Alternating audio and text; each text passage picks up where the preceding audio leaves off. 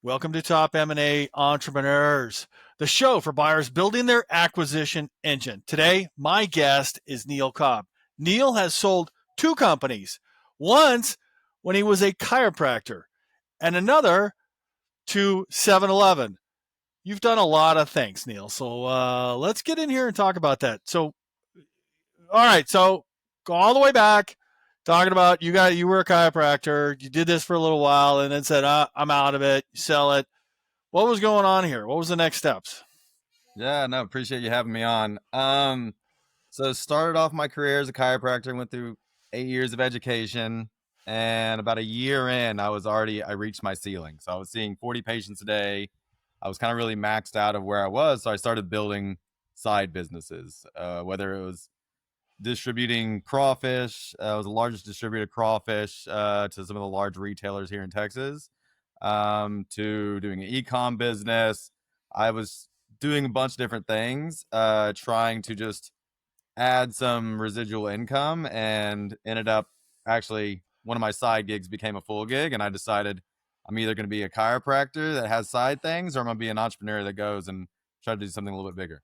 Yeah. So what was this side thing, and which is eventually that you sold to 7-Eleven, right? Yeah. Correct. So it Yeah. was called Skip Cart. So this was back in 2017 when Amazon had just bought Whole Foods, and the large retailer here in town, grocer here in Texas, is HEB. So I had a friend, my co-founder, Ben Jones, ended up friends with the manager at HEB, and they were worried about Amazon, and they said, we need to buy a delivery company. And so my friend, also an entrepreneur, is like, hey, we've already been building all these other little side things together. What about building a delivery company? And I was like, So sure. you Like, had the idea before you started building it. Like you didn't have to create this thesis that, well, I know people want this. correct. Yeah. So Yeah. we knew HEB wanted it, right? And so we figured, well, a guy that was in the oil field and a chiropractor, like, how hard could it be? And It's gonna be a piece of cake, man. Yeah. yeah. And so we ended up putting together a team. I was a COO, he was CEO, had a great team that we put in place. And first we tested it out in our little small town, put it in the newspaper, put it ads out, and we were doing the deliveries ourselves. Once we realized there was traction, we built out the technology. And actually, before we even did our first delivery, HEB offered to buy us for $10 million, and we turned down the offer, and we realized we were really onto something. This was right when Shipped sold for around 500 million to Target, and we're like, we can get more than 10 million out of this thing. And Why? and Why did you so think that? Yeah. because at Well, the let me time, let me. I have been through that same scenario a long time ago. We at a trade show, we told somebody what we were building. It was a 3D marketplace, mhm, and the vice president of a big company, software company, said, "I'll give you $1 million for it." And it was just an idea on a pitch deck. mhm. And I go like, "Do we have something here? Let's keep building it." Like, so I've been through the same scenario. Like, wow, somebody just validated our idea. Yep. And then Yeah. once you have the validation, are you satisfied with that number? And it, like, I'd never seen that amount of money in my life at that point in time. So yeah, it would have been life changing, but I didn't want just 10 million. Like, I wanted to go after something big, and I thought we could scale it and really go and prove it out. And I think part of it was just proving to ourselves, like, hey, we have something here. Let's go build it like we believe we can and go and scale it. And so we ended up passing on that offer. We ended up right after that, we got a contract with Walmart, and that was my deciding factor. I had just been married for 2 months at that point in time, and my wife knew I had these side gigs, and we got the contract with Walmart for one store pilot in Toledo, Ohio, and we came together as a team. We're like, okay, we're either all in or all out. Who's in on this thing? And I had to go home and sit down with my wife that I was only married for 2 months and say, Oh, by the way, I'm hey, getting ready 100% of our revenue. yeah.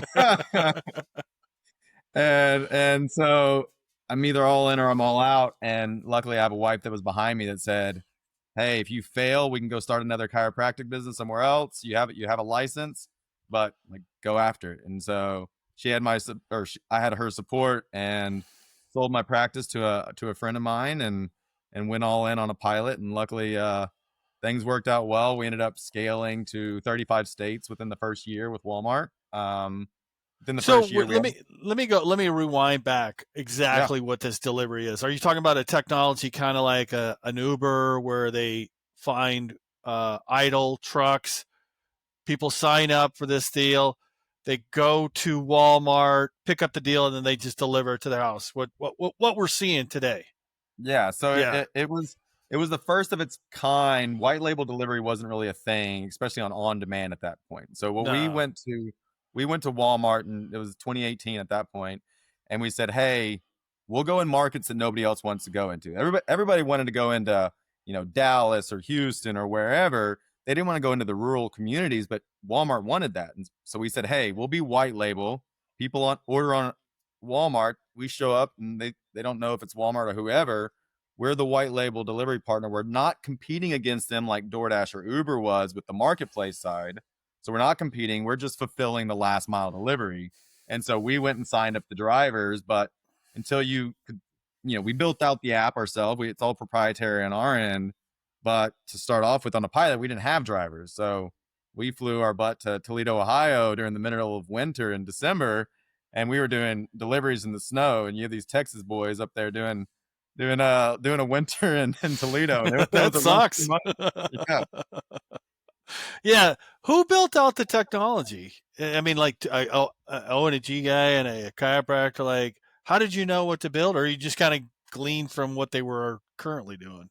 So one of our other co-founders, one of the guys that actually kind of originally thought of the deal, he was one of the original Dell guys. He was on Dell back in the day here in Austin, the big computer company, and so he knew enough about wireframing and solving all that aspect of it, and really helping build the structure.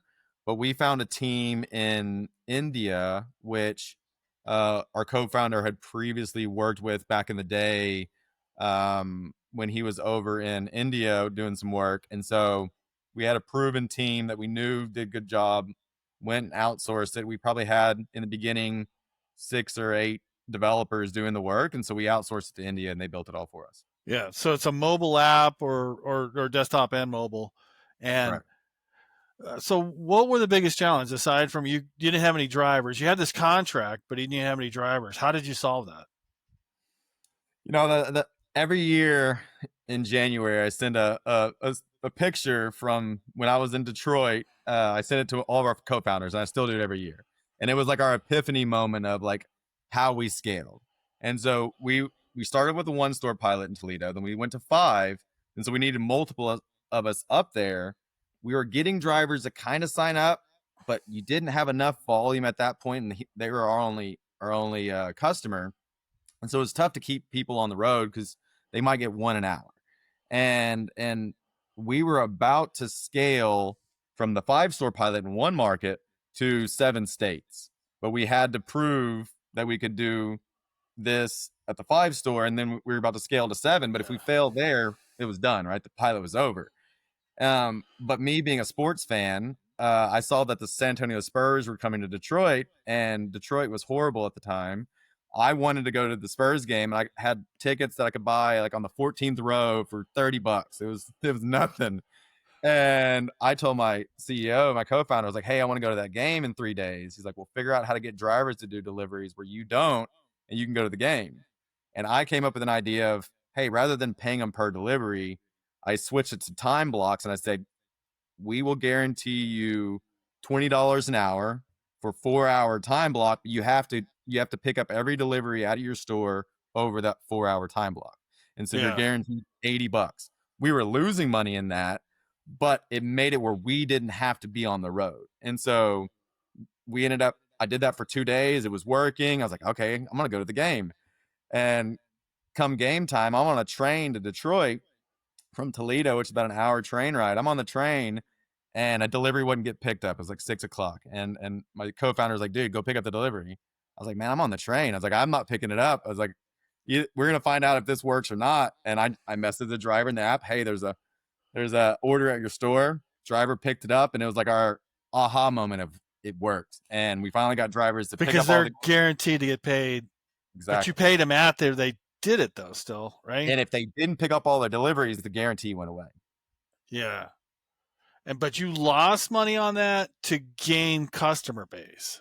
Yeah. We lost money on that to prove out the model with Walmart. Yeah. And so per delivery basis, especially in that first year of scale, we weren't profitable. Like we were losing money. Yeah. But we had raised at that point, it's like 1.8 million. So we had some money in the tank to scale it out. And so we were burning revenue, and that's part of doing a startup is sometimes you're burning cash before you can actually make it. So you're trying to prove out this thesis. Yeah. Exactly. Yeah. So, what were the drivers saying? Like, okay, great, I get this 4 hours for $80, but were they making money, losing money? You didn't care what kind of car they had, whatever it was. So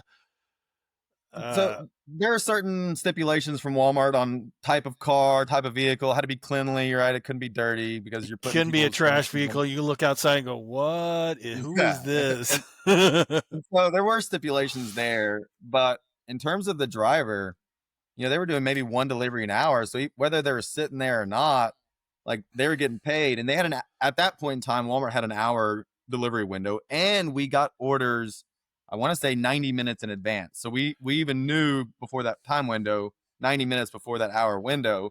And so they kind of knew what orders were coming. And so they could go and do DoorDash or Uber. I could care less as long as they're back for my delivery. Like most of these drivers are multi-apping anyways. Yeah, yeah. And you said you raised 1.8. How did that come about? I mean, when did you start looking for money? Going, we're going to need money to implement this. Yeah, so I think our first raise, actually in the beginning, sorry, let me backtrack. I think the first raise was just under 800,000. We raised that as soon as we got the Walmart contract. So we got the Walmart contract. We said, so you hey, took that purchase order into these investors and said, hey, we got this contract. We need help executing it. Yeah. Correct. And we had already paid for the technology and building out the technology up to that point on our own dime. Yeah. And so that cost us around $250,000 to build it out to start off with. And then once we had that, then we went and raised the 800. Once we landed, like we went past the 5-store pilot for 2 months, and then we went to 7 states. Then we went and raised like another 1.2. I forget exactly what the number was. And we raised that to help continue to scale. And like I said, we ended up scaling to 35 states within that first year. And you took that purchase order going to the more states back to the same investor or new ones? Both. So both.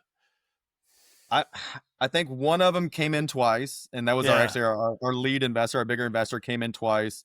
Most of them, like if they came in initially, they only did one check, and so we found some new checks as well. Yeah. So you're funded by some VCs, some investors. No, these are just high net worth individuals. Oh, high net worth individuals. Mm-hmm. Oh, that were in your network or your Correct. buddy's partner's network. Okay. And then a couple years. And when is it starting to prove out that you're making money or actually profitable? Never. So this was never profitable, but profitable for Walmart. Well, for Walmart, yeah, it's profitable, right? Yeah. It wasn't profitable for us. Like we were always burning cash in terms of we were profitable on a per delivery basis before we sold to 7-Eleven, but not when you look at the cost of our team and everything else, right? And so if you look at what are we getting paid for the delivery and what are we paying drivers for? We were profitable per delivery, but not once you look at the team. If you look at really net profits, we were never actually profitable. Did the investors allow you to take salaries out of that 800 yeah, we took, and that's what a part of it was for. We took salary, but we took minimal. Like we never overpaid ourselves. I don't know if we ever got paid over 100,000 the whole time, like in terms of per year. So fast forward, you got how many states? So we were in 35 states in the first year. And this is Walmart. Yeah. Correct. This is Walmart. We already started diversifying before that. And so we said, okay, groceries great, but what we found was groceries busy in the morning, it's busy in the evening, but in the middle of the day there's nothing there. Well, then you lose your driver base because you're not keeping them busy on the road all day. Yeah. Like, okay, we need to go into food. So we started building out food relationships through different partners. Like Olo is a big aggregator of, I think it's 80,000 different restaurants, and in terms of brick and mortar restaurant. And so we teamed up with Olo and these other different companies to build out the middle of our day. And we found hey, automotive was great. So we teamed up with AutoZone was a good one with us. And then that's when we also partnered with 7-Eleven, was around that same time. And then, that was, we launched December of 2018, scaled it up in 2019. As you know, COVID hit in 2020. And so we had already started scaling. We were already in 35 states. And, Walmart, great partner, ended up there. I can't go into all the details behind it, but we decided to terminate the partnership at a certain Yeah. point. And so we terminated the partnership. You can read it in Bloomberg. And we were moving away, kind of getting out of those stores, and we were focusing on food, convenience, and automotive, and not doing as much of the grocery side. And then a week after we terminated the contract, COVID hit. And we were already raising our Series A. We were working on it. We had somebody lined up for the Series A. COVID hit. Everybody ratcheted back their pocketbooks. We didn't raise the Series A like we were expecting. Walmart came back to have us do delivery, but we had to kind of ratchet down our own markets for a bit until we raised the capital, because we were burning cash too fast, and we hadn't raised the Series A that we thought we were about to close on. And so for the next 6-8 months of COVID, delivery went through the roof, and we were scaling it, but we were scaling it at a point, even though we were factoring some of our payments from these vendors, we were scaling at a point, we were doing too much deliveries where we were burning through our capital. We weren't going to have a company. And so I think we went 4 or 5 months without not paying any of the founders. Founders took zero salary, and we paid our employees and we paid our drivers, but Yeah. we had to sit there and eat it for 4 or 5 months. And then luckily, about, I think, 7-8 months into COVID, and everybody's seeing delivery was a new thing, we went and raised $20 million on our Series A. Oh my God. All right. Initially, what you thought was like, oh my God, they're just going to, cut the cash off. And they go, oh my God, COVID is perfect for deliveries. Yes. And the doors open to $20 million in funding. Yeah. Correct. So what did you guys do with growth there? What was the 20 million to do? Continue to scale, right? You have to take on those deliveries, and a lot of times you're getting paid 30-day. You invoice at the end of the month, or some of them we started bringing those invoices in, but then you're looking at net 30, net 45 to get paid. And so when you're doing thousands of deliveries, like, that's a lot of cash you're paying out to drivers, because most of these drivers are living paycheck to paycheck, and we're giving them the option of same day cash out. Well, we don't get paid for 45 days. And so they're getting paid and we're not. And so we utilize that cash for growing. But when COVID hit, we went from, it was cheap to get a driver, in terms of, like, we're using Indeed, ZipRecruiter, stuff like that. It was really cheap. And at that point we had over, I don't know, 70,000, 100,000 drivers. And but it immediately went from being really cheap to get drivers to, it went 10x on the cost to get drivers. Indeed actually stopped letting you advertise for that type of business because their system broke. They couldn't handle the amount of stuff with all the different logistics companies that were looking for drivers. It broke their system. Their stuff went through the roof, and Indeed shut it off. And so we had to find other ways of acquiring drivers during that time. Wow. So, all right, fast forward a little bit here. You're scaling. So how did 7-Eleven come into the picture? 7-Eleven, we started that partnership a couple months into COVID. And so started that partnership, ended up building out the integration, started delivering for them, delivered for them for almost 2 years prior to the acquisition. So scaled into a bunch of markets with them. Same thing. Anytime, and I was COO, but a lot of times I would go to a lot of these markets when we launched them. I'd go build out the market. And so I was flying to different markets, Charlotte or, Denver, whatever it was. And I go to those markets, I go and launch them, make sure everything went well. And we just continue to scale out with all of our different partnerships. And we were doing a great job. And so it's really tough. Grocery was an hour delivery with, you knew ahead of time what it was going to be. Whereas 7-Eleven had 30-minute delivery. And there's not too many first party delivery companies, especially the small ones outside of Uber and DoorDash, that can pull off 30-minute delivery consistently across all markets. And we were able to accomplish that. And so we built a really great relationship with 7-Eleven. So are you talking about the 7-Eleven, and it's a little retail stores a couple of miles down the road from me? People order and want it delivered to their house? Yeah, everybody wants their Slurpee or their White Claw and their Marlboro Reds and I was like, how much you pay for a $1.99 Slurpee? Is like $5 by the time it gets to your house? Yeah. it's alcohol and tobacco, I would say, is probably 50% of their Oh, volume. alcohol and tobacco. There you Right. go. Yeah. And so, 7-Eleven has a great market. Like they're the largest the largest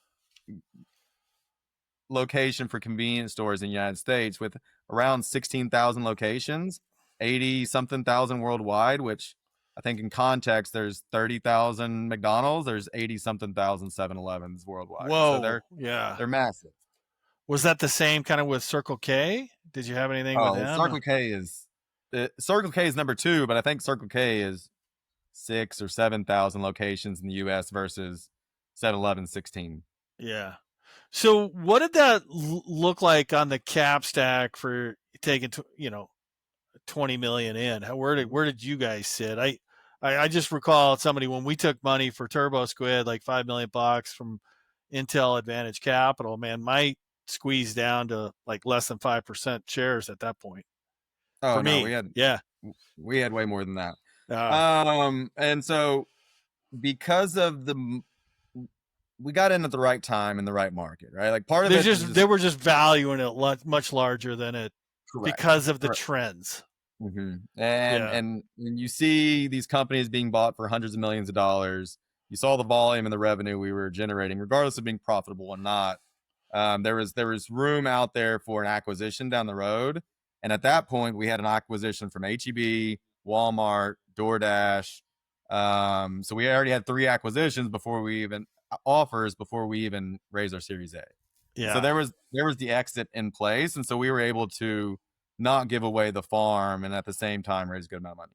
Yeah. So where did that conversation come in? Did they initiate it to buy your company, or did you guys Oh, initiate it? 7-Eleven. Yeah. So, we were at a kind of an inflection point of, okay, we now go and raise $100 million, which now we have to sell for, however many hundreds of millions of dollars to be able to get the same amount of equity and value for ourselves and for our shareholders, or we sell now at a certain value. And Yeah. so it was kind of a determination of, do you go and raise more, or do you find the right partner that has alignment and same vision of where we want to go, and sell at this point where we can still get the same value and make a great exit for investors. Yeah. And so that's where we started going to some of the different partners we worked with and kind of shook the bushes a little bit and said, hey, we have great partnership. Are you interested in acquiring us? And that's kind of where that started. Yeah. And how did that go? I mean, was it seamless, or did it take a couple years, or take 1 year? Or So, it wasn't seamless. We actually had an offer out the gate within the first year of the partnership. It couldn't come to terms on it, and that's when we raised our Series A. And so we tried one acquisition with them prior, didn't get it done in time. We needed capital because we were burning at a rate that we couldn't. We raised the Series A, and then about a year into our Series A, we still were having conversations. We sold about a year later. So we had conversations, ended it, and then restarted them. And from then it took, I don't know, 6 or 7 months, probably from when we reinitiated the conversation to acquisition. Yeah. And you guys come to evaluation, which is the hardest, and all the terms, and you guys were all signed off on it. The investors, the Series A 20 million guy, was also happy with the deal. Oh yeah, they were in it for a year and they got paid well. So yeah, they were happy. Oh, so were they looking for a 30x return, or were they end up with a? I think a lot of VCs, they always look for that 10x, right? Like that. Usually they're one company unicorn out of their portfolio. Yeah, pay off their portfolio, but then you still need the singles, doubles, and triples along the way, and that's where you make your profit, right? On this one, they were an advisor on our board. They agreed that it was gonna be tough to go raise 100 million. It was gonna be tough to go then sell for 500 million to get the same valuation out of it. and the market was really starting to get consolidated at that point in time. Yeah. And so it was going to cost a lot of money to continue to succeed. And we all thought it was a great idea at that point to find the right buyer, and we found that in 7-Eleven. Yeah. Wow. And you guys fared well from it. Just like everybody's happy. Did you leave after they acquired? Did you stay on for a year or two? So I didn't have golden handcuffs. I got all my cash up front, and so we got paid well. We had an employment agreement with some bonuses and stuff to stay on for a longer period of time. I stayed on for about 2 years. My goal, because I already got paid out front, I cared about the company, right? I shared the same vision with 7-Eleven. 7-Eleven acquired us because they wanted to go build out a marketplace, and build out, a backstop in case anything ever happened with any of their delivery providers. They had vertical integration of their whole entire stack, and the last piece they didn't own was the driver network. And so we had the same vision. They weren't going to just shut down the doors or get rid of the company. And so my goal was to hit certain delivery thresholds and help scale the company, build out the team, vertically integrate everything. And then I was going to step away when I felt like if I walk away, it doesn't implode and end up dying, and this thing that I built over the last 3 years, implode, because I care about the legacy of that business, because it is my first startup, and I wanted to succeed past just when I left, and I got my payout for myself and our investors, and that was 2 years for me. Yeah. So COVID goes away essentially. We reopen the economy. What happened to the business? Are they still growing the same as when COVID, or no, COVID was like this crazy inflection point, right? Yeah. But things stabilized at a point where delivery just became a new household thing that you do. My wife doesn't go to the grocery store anymore. She gets delivery. And so you get delivery and it comes to your house, and people have just brought it into their life. And so delivery's there.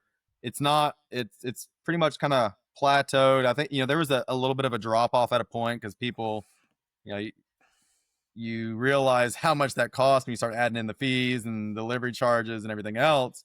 So some of it decreased, but for the most part, COVID changed delivery, and we were there at the right time. Yeah. All right. So you flush with cash and you start this company, or how long did you take just curious. How did you So think, I sold my chiropractic business, and I was flying to Toledo the next day. All right. I sold to 7-Eleven, stayed on for 2 years, and then started working the next day. Started planning out the strategy of going and building this thing. Right. All right. So what's the strategy? What's EquityX? Yeah. So EquityX was same co-founder, Ben Jones, and I. We took this road trip with our families about almost 2 years ago now, and we started kind of toying with an idea. And the idea was going out and buying these legacy businesses. So they have what's called the silver tsunami, which I'm sure you're aware of, where we hear that everywhere. Is it actually happening? I don't know. It's always been happening, but now you have the baby boomer generation, which is a very large population of people owning a very large amount of these small and mid-sized businesses. And I think in the past, let's say 30, 40 years ago, the younger generation, they were still working in construction. They were still working in manufacturing, and they would take over their parents' business. Nowadays, these kids are they're wanting to be in sales. They want to be in AI. They want to be in a tech company. I want to be in YouTube. I want to be a YouTube they want to star. be exactly. They want to be an influencer and really do nothing for society. And it's like this, man. This is what I see my daughter doing all the time. Oh, my son's the same way. I have a 12-year-old. What the hell are you doing? Yeah. And so you have this generation that they don't work like their parents do. They don't have the same. They don't want to go in 9 to 5. They do not want to do the 9 to 5. Yeah. And they want to be remote, right? They don't even want to own a house. They want to be able to be nomads that can move to different cities whenever they want. And they don't want to be tied down to something like that. And they don't don't like manual labor. They don't want to necessarily do what their dad did. And so now you have these small business owners that don't have an exit to their family. And Yeah. so you have the smaller size businesses that are, you can find the independent sponsors, the individual that's kind of the solo entrepreneur that just wants to, hey, I've been working for this plumbing company. I want to go buy a plumbing company. Great. There's those individuals. But once you get to a certain size business, now you're into a realm where now it's mainly private equity. Like you start getting to, these 15, $20 million valuation ranges, solo entrepreneur can't afford it. And so private equity is the only exit. But what we see is like, we don't want these legacy businesses, and we don't believe that these sellers want a private equity company that comes in, guts the company, cares about the dollars and cents and more about profitability than they do the people that work there. The brand that seller has created over the last 20, 30 years of sweat equity, and the customers that they love and they take care of. And so we wanted to create a model of come in, long-term hold approach of going in, acquiring these businesses, and over time actually doing employee ownership where, hey, not only do we care about your company, we care about the business. We're not going to flip it in 5 years for profit and squeeze it for as much as we can and get rid of it. We're going to hold on to this company, and we're going to give your employees a little bit of skin in the game. And because we want them pulling everything forward, we want them to stay on board. We want the business to succeed. And so we found a way of being able to buy businesses and really kind of make more of an impact in society, where we're helping people gain equity in a business they've been there for 10 years and maybe never own equity in something in their life. And Are we so, talking about ESOPs? yeah, it's an ESOP-ish, right? And so we don't come in and buy it under employee ownership, but we have a plan to, over time, allow employees to vest shares within the company and do profit sharing. All right. So what kind of companies are we talking about? What size and revenue and income, net income or EBITDA? Yeah, so we started off smaller. Our vision was originally that 500K to 2 million EBITDA was our original plan. Yeah. And we started this about a year ago is when we started EquityX. And so we actually originally started in Latin America. We were focused on Mexico, and then we realized, yes, we were a first mover, but there's just not the ecosystem to find the companies and then vetting them. It was we were running into some logistical issues after about 4 or 5 months, and we said, hey, let's just go to back to US that we know, and there's It's difficult to plenty. buy a company in Latin America and own it from the United States.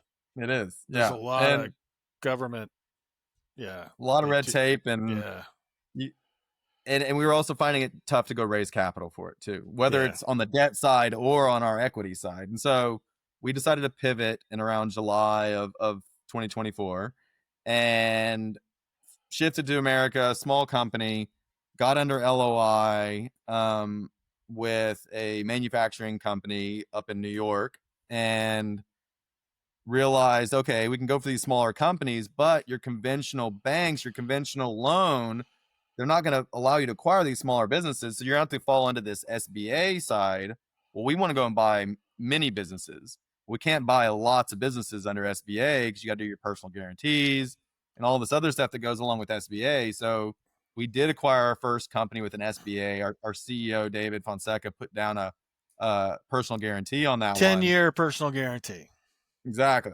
And so we had the personal guarantee, but that was our moment of, okay, we're in the wrong realm. We're going for too small a business because this is not scalable to continue buying and using these personal guarantees. And so we found this sweet spot of, that 3 to 7 million EBITDA range is enough cash flow for banks to come and support a deal, to give you funding for it, where we're not having to put personal guarantees down, and all we got to go and do is raise 20 to 25% cash to go and acquire this business. Yeah. So 3 to 7 million. That's like, it sounds like lower to mid market, lower mid market, right? Exactly. Okay. And what kind of companies are these? What niche? So when we first started off, it was more of this vision of we'll buy anything, right? And then we realized as we started focusing on it, it's like, hey, we want to over time build a fintech company on the back end of private equity where we can have these shared services, these financial services. This is where like the technology side of my head is looking at fintech of how can you streamline these businesses on all these financial services and other things that they're paying for already, make it where it's cheaper for them, but also make some profit for the parent company in the back end. And in order to do so, we realize like we want to get really good at certain verticals where we can really help in certain services that are pertinent for that industry. And Yeah. so looking at our economy, kind of where we're at, we really kind of landed on manufacturing and construction were the two verticals we're going after, and really focusing in those two realms. Pretty much anywhere in a good healthy market in the United States, but US is our market. Yeah. So what kind of manufacturing are we talking about? Like metal manufacturing or So it's plastics or our first one is it's called Zstos is actually the name of the company that we acquired. So Zstos, they manufacture hardware for tactical surveillance and inspection of like commercial, like whether it's tanks and things like that. So there's commercial and tactical for like DoD. So we're a really large DoD provider, and so this company in particular, we are the sole provider of a bore scope for the United States Army, Air Force, Marines, you name it. So any large gun, whether it's on a ship, uh, on a tank, on an airplane, you have to inspect that bore to make sure that it doesn't have fractures or issues where it ends up blowing up and you put a round through it. And so we create these scopes that have a long kind of, what do you call it, attachment that you can go into that scope and inspect it. And yeah. so there's that, as well as customs agencies, things like that, that we focus on as well, and border patrol right now. And so that's really the focus of this one, but it's not the sole focus of our side. Like we'll do manufacturing in multiple different avenues, but not on like food and things like that, but more on hardware side. Yeah, let me ask you a question about that. So he used an SBA to purchase this. He Correct. signed the personal guarantee, and this was a a GovCon business. Did Correct. he have to be a military guy with some background or Okay. something like? Was the previous owner? So the Uh, previous owner, they have some military background on their side, but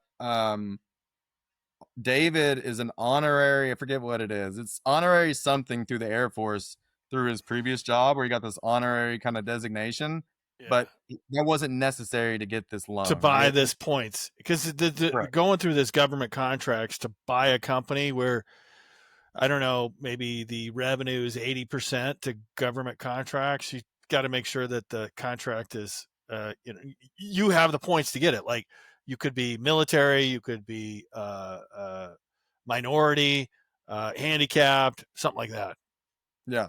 Yeah. And so there wasn't any factors on the stuff we do with DoD, and we'd also work international as well as commercial. There wasn't any criteria that we didn't fit within that Yeah. worked well to buy the business and continue to build it. So where did this now he owns the personal guarantee. So it's like anything happens, he's going to be responsible for 10 years. Did you guys put this into this first company into the fund where you both own it or how Yeah, was that? Yeah. so yeah, it's into the fund. EquityX is the one that manages it, right? He has a personal guarantee, but EquityX is the managing partner on this deal, Yeah. and the plan is to go and refinance that thing at some point, get him off his personal guarantee, so he's not having to hold that anymore.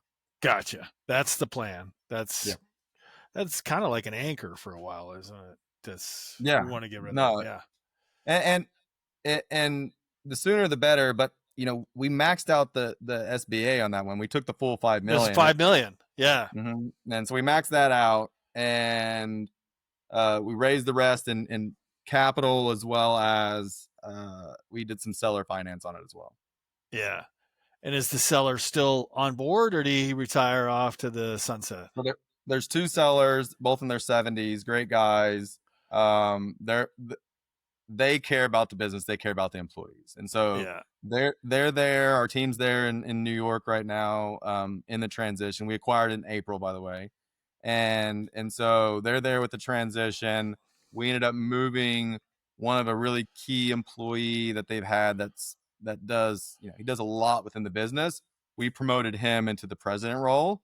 So he knew the business, been there for 15 plus years, moved him into the president. We come and support him and help building additional people to help kind of backfill for the two sellers, but the sellers are still helping assist us along the way. Gotcha. And how are sales? After you bought it, did sales stay the same, go up, go down? A lot of So times that J curve's pretty real. Yeah. yeah, no, for sure. Like luckily, we landed this really big contract that sellers were great guys. They landed it right before we acquired them. And Oh, so that wow. kind of rolled into it. And actually, we just fulfilled the first order from it. It was an international order that one order matched last year's revenue. And so, Jeez. Talk about and timing. yeah, timing was good. Yeah. And again, the sellers are great. We found something that worked for both sides on how we could make that work with the deal, because they landed a really big one right before. We did help assist in the process as well. And then we are fulfilling this order. I think it's 4 or 5 different orders over this year that we're fulfilling. So we already kind of met the minimum revenue to pay down our debt load. And then, but this business, they're getting these big. That's the biggest they've ever got in their history. But it's these big whale of contracts. These 1 million or 2 million or $500,000 contracts that come in, and so it's kind of sporadic on how we get it. And so what we've been working on, and we've just started implementing this in the last month, is we built out a strategy of how can we get consistent sales month over month on these smaller items. And really, because a lot of it was DOD and armed forces or fire department or customs, go outside of just that and really start focusing also on the commercial industry. And so we really started doing a commercial. We started a lease to own program, which they never had up to this point. And so these cameras are pretty expensive in terms of if you want to go and acquire 40 of them. So we said, hey, what if we do a lease to own program? How many people are we missing out on that you could do lease to own, and you can make us additional sales and get this recurring revenue until they're paid off? And so we've kind of built out some new strategies that's worked out really well. Yeah. So this is the first company. Are you guys on how many have you acquired? So that's our first one. Our next one will be next Tuesday. Next Tuesday. And you can't talk about that though, right? Yeah, it's a construction company on in Nevada that we're looking at, and so we're going after this construction company, another great company, but this one larger EBITDA than the last. That the other company was within the realm of the SBA loan. This one's larger, and so you're sitting at a higher EBITDA range. Great margins on both companies, though. They're both sitting at around 30% net margin or EBITDA, and so they're great margin business, solid cash flow. What are we talking about? And North of 3 million EBITDA or 5 million yes, EBITDA? Yeah. both. Okay. And so then you got to have the capital to go be able to put down for Right. that. How do we buy this? Where do we get the capital? And then Exactly. what are you talking about there? Who's going out and knocking on doors to these commercial lenders, these institutes? That's you. That's me. Yeah. And you're so knocking on doors and going, hey, I need to raise X amount of dollars, something with let's say a 10 million EBITDA company, 30% net margins. It's worth, I don't know, 5, 7X. I don't know. And you got to go to a commercial bank to say, we need what? 50% of debt, 60% of debt. So we don't buy anything at 5 to 7x. And so we're staying at a lot lower multiple than that. We're not playing in the typical private equity realm of these high multiples, because then it's hard to service the debt unless you're able to pay a substantial amount in cash up front to be able to pay down this in a 5-year loan, right? And so SBA is 10-year, but now you're talking about conventional as 5-year loan. And so with this particular deal, we're sitting around 50% is bank debt of the deal. We have some seller equity rollover in there. That's another portion of it. And then we put down 20 to 25% cash to close the deal. All right. So you And got so, this at a 3.5 to 4x in yeah, range. Yeah. we're getting at a good multiple in that kind of 3 to 4x range. Yeah. And why did this guy want to sell? I mean, that's a You know, great. I mean, it sounds like you could get a bigger price somewhere else. What was the motivation for selling? it's the same thing for a lot of these kind of guys is they want to find a partner that can take care of their business. They realize that, they're getting this seller in particular, like he doesn't want to leave. He actually wanted a capital partner. And so we're teaming up with them where we're coming in, getting a percentage of the business. He's keeping a percentage of the business, and we're coming alongside him to help him scale it because the business had a ton of opportunity, ton of room for growth, and he was starting to kind of max out where he's like, "Hey, I want to find somebody that knows scale, that knows how to raise a bunch of money and build this thing and turn it into this juggernaut." Yeah. And that's where we came in. I'm the one that finds the deals. So I reach out, I sign the NDAs, I find the deals, I negotiate the deals, I find the bank lending, and I close the deal. And so I Yeah. kind of alongside our CEO, but I'm doing a lot of the front work on doing all this stuff. And so he found a great partner in us where he trusted us, he trusted our vision and where we're taking this thing, and so we came together to make this Yeah. deal Was happen. that is that on market or off market? On both of those deals. Just curious. On market or off market? Both on market deals. Yeah. Interesting. And so we And, we built out AI to scrape the internet. And so we're scraping biz buy sell, all the different brokerage networks. We're scraping them and it's coming in every day. And then we yeah. analyze all of them and we see if does it meet all of the bank criteria. Because if it doesn't even meet bank criteria to fund it, don't even look at it. And so we have a full Yeah, that's the model. People like to understand, like, hey, they want to go buy a business on an SMB business and go, I'm going to give it this valuation. I go, like, yeah, that's not who's determining that. You got to go to the SBA. They're going to give it a debt service coverage ratio. There's your guardrails right there. You got to be inside 100%. that. Yeah, And that's some of our criteria is those debt coverage ratios, your asset ratios, your quick ratios, things like that. We're looking at working all that. capital. Yeah. Yeah. And then you're looking at, okay, like, So you go is it, backwards. You write some technology saying these are my criteria. Go search, and if it meets that, we pull in everything, by the way. So we look at yeah, everything. We're also trying to find within markets, okay, here's an EBITDA range for this company. And this is kind of how we found the markets we're going after. Here's the EBITDA range. Here's the revenue range. So we know what the profitability is because most of these things they're posted on the marketplace. That makes 4 million EBITDA, 12 million revenue, whatever it might be.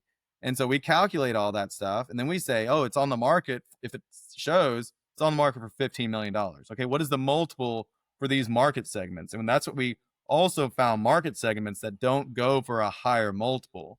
And so yeah, we use boring AI to stuff. Yeah, yeah, exactly. And so we used AI to find the right segments, plus kind of seeing the economy and where everything's going, and we have it analyze it. It sits there and brings in all the data, and then it flags everything. And then every week we sit down with our investment committee and say, "Here's 3 companies. Here are 4 companies that meet all of our criteria. What do we think?" And we do a 10-minute session on every company and we go through and then we vote as founders yes or no. And if we have a majority yes, I move the conversation forward. I get on a call with the broker, I get on a call with the seller, and then we see if it still makes sense and we continue to move it down the road. yeah. How many people are in your committee? Is it 4. 4? Yeah, and it's kind of up or down. What's the veto? Is it just it has to be unanimous or? No, it's 50% or more. So with 4, it's not an odd It's a number. difficult situation. It's like, Yeah, it's not an odd number, but if it's 2 or more say yes, take a look at it, then we get on a conversation and I set up a call. yeah.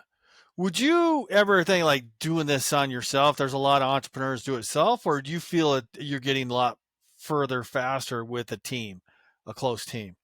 I can't imagine doing this by myself. Yeah, There's a lot going on, especially if you wanted to go and buy one company, yes, you could do it by yourself. yeah, If you want to buy multiple, no way. Like, because once you buy one, who's managing that one while because managing a deal and negotiations and getting it to the finish line, like that's a job in itself, let alone managing the other companies you acquire. And Yeah. so having a team and not just picking some guys that I like I knew their CEO ahead of time. So him and I are both in San Antonio. We're based out of Texas. We knew each other well. I built out Skip Cart sold. He was the CEO of a really large kind of incubator that here in San Antonio called Velocity. And so we had already met, but our other two founders I had never met prior to doing this thing Wait, do you together. know Michael Girdley? I do, yeah. Michael's a good guy. Yeah. He's He's done a a good San job with Antonio this. guy that does a lot of, he's got his own businesses and Yep. posting guy. Yeah. Yeah, no, he does he's walking down, it looks like a drainage ditch in San Antonio when he's always doing his little videos on LinkedIn. It's perfect for X. Yeah. Yep. Yeah. So what's the goal? I mean, these two companies that you're closing on and that you currently own, completely different industries. So there's no synergies to bump the multiples. What's that multiple PE So pyramid thing? Yeah. we're gonna build like we're going into these two verticals, and it's not the last company each vertical. So we're planning on building Oh, multiple based upon manufacturing. these two as platform companies. Yeah. And so, for example, with this construction company, there's other additional services that we can go and bolt on in terms of, oh, we want to go and add this part of construction. And now we're even a bigger contractor that has more services because general contractor, they'd prefer to handle least amount of contractors as possible. So if you are really good at doing multiple aspects of their project, hey, they're going to go to you, especially if you do quality work and you're the one-stop shop to go to. And so you can tack things on that way, or you can do market expansion by acquiring in the same industry and expanding out our reach, was also a thought that we're going to go Yeah. down. Now the SBA mostly requires a contractor's license to purchase it, but you got the debt from a commercial, and you don't have to have that contractor's license as far as buying it. No, yeah, we didn't have to have the contractor's license because the seller himself is staying on, right? Yeah, And yeah, he's still a manager of the business. He's a big shareholder of the business, and so we're coming on alongside him, and he's continuing to run all the day-to-day operations, and we're more of a strategic partner coming alongside him. yeah. Let me ask you something about setting expectations, like your deal flow. How many deals you look at? How many deals you go through to the committee? How many deals you actually put an LOI A lot. on? And the ones that close. We already know that, like, but working backwards, what do those numbers look like? I mean, how many So our reps you got to get scraper, into? Yeah, yeah, no, our scraper, if you look at Biz by Sell, what do they have? 60 or 70,000 um business listings a year on there. So yeah, we've looked at over, let's call it 80,000 businesses over the last year that have ran through our data set with AI. yeah, And then from there, we're looking at 2 or 3 businesses a week, kind of at this point. And so from there, 2 or 3 meet our criteria within the United States, where not only do they meet the criteria, I look at it as like, okay, it's also in an industry that we're looking at that we're interested in. And so we get 2 or 3 a week.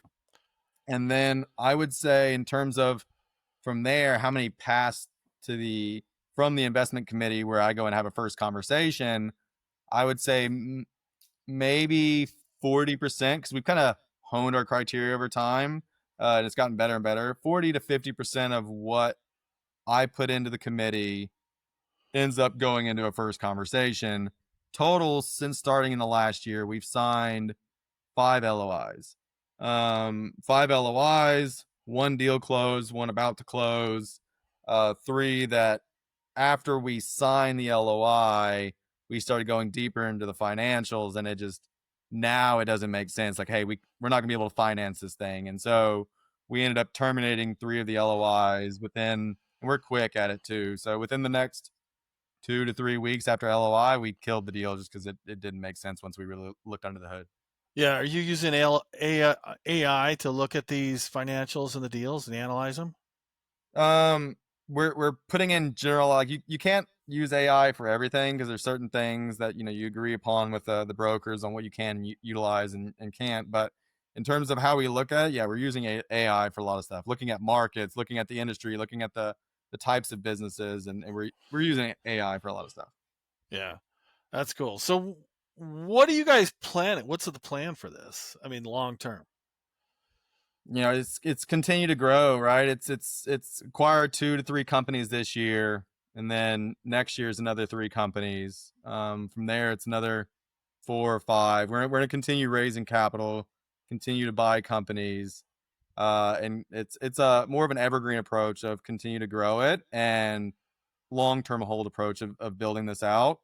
And at some point, you can start paying out dividends to investors. You know, there could be an exit down the road as well, where we end up consolidating enough within the space. We're like, okay, you have Somebody likes what you did, they're going to pay you. exactly, Yeah. exactly. And so there is the exit down the road, but we're not forced into anything. We don't have a fund that says I got to sell it in 5 years. Like, we're never going to take any capital that tells us we need to give them their money back in X amount of 5, 7 period. years. Yeah. Like, if we do, which we do have some like debt capital that we raised like outside of bank, and those do have a certain payoff in a certain amount of time, but it's all where we ran through our pro forma and our cash flow analysis of the cash flow itself will pay that investment off. We can refinance this. Exactly. That too. Yeah, exactly. Neal Cobb, thank you for giving us an overview of this. I really appreciate your time. Yeah, for sure, man. It's enjoyed the time, John, as well, and enjoy your podcast. Appreciate it. All right.